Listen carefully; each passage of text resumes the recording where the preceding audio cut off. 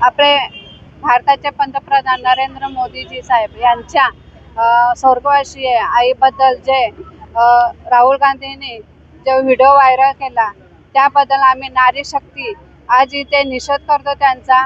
आणि ही नारी शक्ती एक आपल्या आईबद्दल जे काही अपशब्द वापरतात त्याचं आम्ही म्हणजे ही नारी शक्ती कधीही सहन करणार नाही।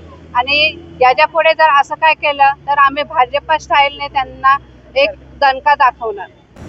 माता जी का ये अपमान नहीं सहेगा हिंदुस्तान, स्वामी तिन्ही जगाचा आई विना भिकारी, अशी ही आपल्या भारताची संस्कृती आहे। आणि अशा संस्कृतीत वावरत असताना आपण बघितलं असेल की वारंवार काँग्रेसकडून मोदीजींच्या स्वर्गवासी आईचा हा नेहमी अपमान होत असतो। बिहारमध्ये सुद्धा राजमंचावरून त्यांनी मोदीजींच्या आईचा जो अपमान केला होता आणि आता आपण जर बघितलं तर त्यांनी AIच्या माध्यमातून मोदीजींच्या स्वर्गवासी आईचा व्हिडिओ बनवला आहे आणि ती अतिशय घृणास्पद अशी गोष्ट आहे।